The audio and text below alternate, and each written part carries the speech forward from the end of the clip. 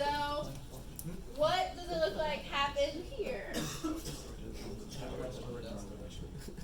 Yeah, so basically the road wasn't very good and it splashed all the bricks up.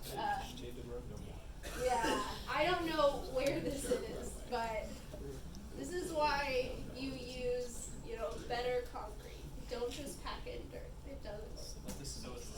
So look at all those bricks. And they're on top of the wing. More on top of the wing. Oh my god.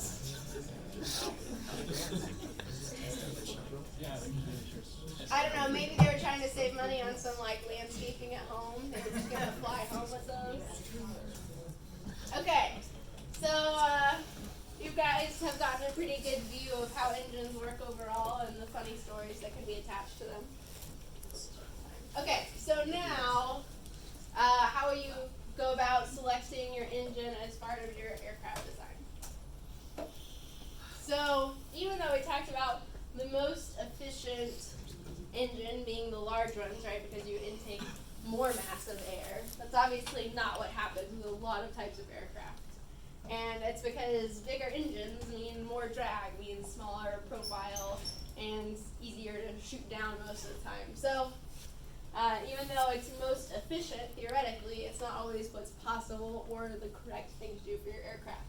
So that's why low bypass turbofans will always, I want to venture to say, be important in the market for military use, for anything small. You can't have a huge ingesting engine on your fighter plane. You'll get shot down really quickly. So that's why we still have these other operational things. Got some turbojets here. These turbofans still are small, but that's mostly because of older technology. Generally, commercial aircraft now have your higher bypass turbofans, or even moving towards those turboprops. Here's a hybrid rocket motor, which is kind of crazy. I don't know exactly how that works, but it's definitely an interesting concept. And I've heard of it before, basically by using a rocket motor to get up to certain speeds and then employing a ramjet or scramjet type theory once you already have that oxygen.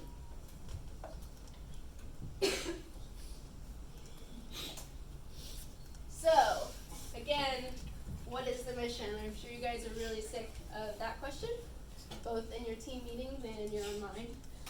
But focusing on within your mission, both in this project and then as you continue to design other planes, design other projects, what's your main goal? And that's going to point to your propulsion system, your structures, everything else. So, aerodynamically, that really high bypass turbofan is not going to be as efficient, right? You need something smaller area. Structurally, well, that was a really long time ago, but Spruce use is kind of crazy. Structurally, that's what they focused on because Howard Hughes, the person who designed it, he was not an aerodynamicist, but he thought he knew what he was doing structurally, and he wanted to make it out of wood. So that's why it kind of looks like this. I mean, it was during wartime, you couldn't have the metal, but. And then propulsion systems. So why would a mission focus on propulsion specifically? To go fast, or if your aircraft is going to be able to be so large anyway, you can afford to be as efficient as you want to be. Those are basically two alternatives that focus the most on propulsion. I don't know what aircraft this is, but I would fly on it. That being said, some really good aircraft do also end up looking silly. The later iterations of the Spitfire, the Merlin engine got so big that the pilots had to sweep the tail from side to side to see where they were going, because they couldn't see until they were airborne and could, pull their tail up. So, true story. Okay, so why are the nacelles flat on the bottom? Yes, so they don't hit the ground. So it's as simple as that, but those are the things that go from making an aircraft a success versus a failure. It's a lot of times it's the simple things, right? So that's one of the reasons that most of your progress report is going to be spent on, really breaking down that RFP and detailing your mission as much as possible, so that you remember to flatten your engines on the bottom, for instance, or whatever mission requirement requires such things. Scared the crap out of me.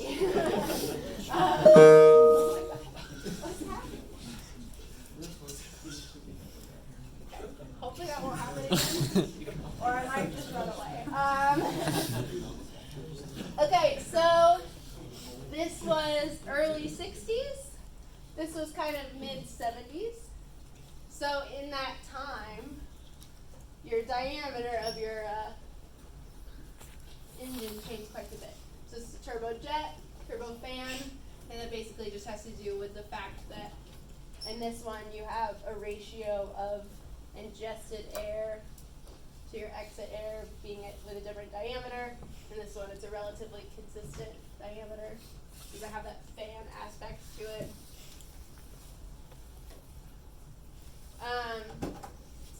These ones are Pratt Whitney. These are like a GE, some European company combo.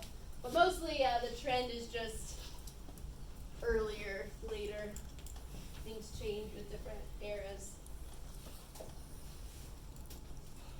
I actually don't know why this picture is here. But with any kind of pictures of airplanes, we can still back out, kind of, draw our conclusions. So it has a relatively low bypass. Could be a turbofan. It might be a turbojet. So a similar 727 had these types of engines. It also had one in the tail. So if you feel like you need 3, there are some options for that. Instead of putting 2 on one wing and 1 on the other. Though asymmetry does happen. There's some crazy pictures in a few slides. Okay, so operational. Sorry, I don't have coronavirus, I promise. Operational environments. Again, as your Mach number goes up, it limits what type of propulsion system you are even able to use. So if you're looking under Mach 1, you've got pretty much all the options. Even past the Mach 0.4, your reciprocating engine doesn't really cut it anymore. And that has to do with basically how fast your propeller is moving, right? So whenever a propeller is just an airfoil swinging around radially, right? And if you think of how our current airfoils work with lift, as you move towards Mach, weird things happen. And when you're moving in a circle, and as in addition to an advancing blade, you also have a part that ends up being retreating because of circulation. So basically really crazy things happen when you try to spin things too fast. But that's why the piston prop and the turboprop kind of get out of the running more quickly as you move toward higher velocities, whereas the rest of these last a little bit longer because when it's shrouded, you can control that whole air intake. So even if you have things that look like airfoils, like stator vanes and rotating vanes, and you want to show your compressor blade. So it could happen a little bit. But this it's basically an airfoil, right? But this is housed in a cowling. So you can control, and they do, pass it back. You can control what happens to your air. So all sorts of math and CFD and craziness goes into what exactly is happening to the air inside of that engine. There we go. So this is just combining all the graphs that you've seen so far. Okay. So these are all saying basically the same thing, but with different amounts of logic behind them. This would include your lift, your temperature limit. So looking at all of these, staring at it for a while, hopefully you'll come to conclusions as far as where your engine selection should be. Not too crazy. For the most part, it's going to be you guys, which I think it's speaking to a lot of teams already, so you guys are actually pretty far on this. But mostly just like you Googling, jotting down numbers from the internet, and then deciding which one's better. So, good job with the internet, guys.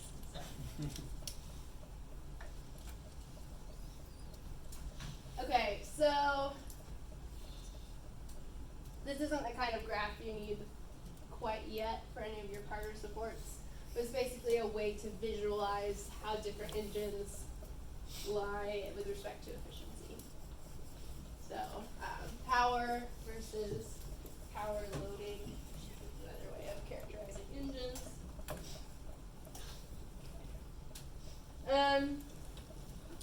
So your thrust generation method, basically where your mission is going to point you to one of these, and then from that you'll go and see what your fuel source is going to be.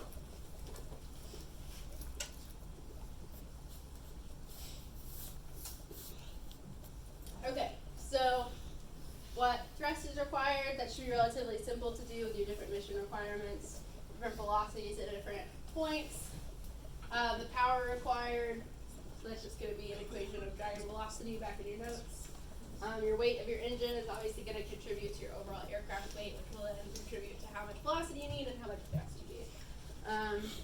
General efficiency is going to be based on whatever aircraft engine you choose, as well as the fuel consumption, because you are not designing your own engine, right?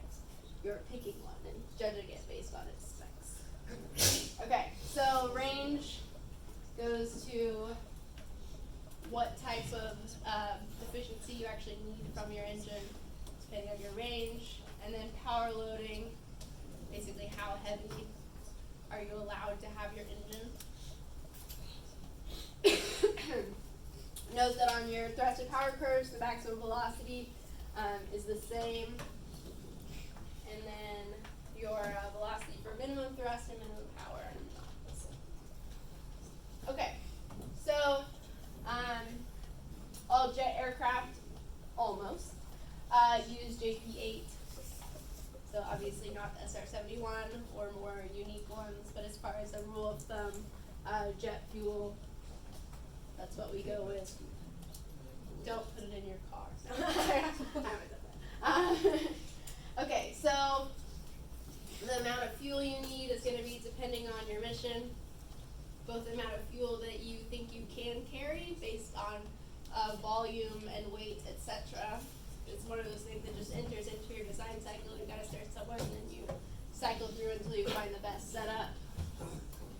The endurance equation can help you nail down the efficiencies you need.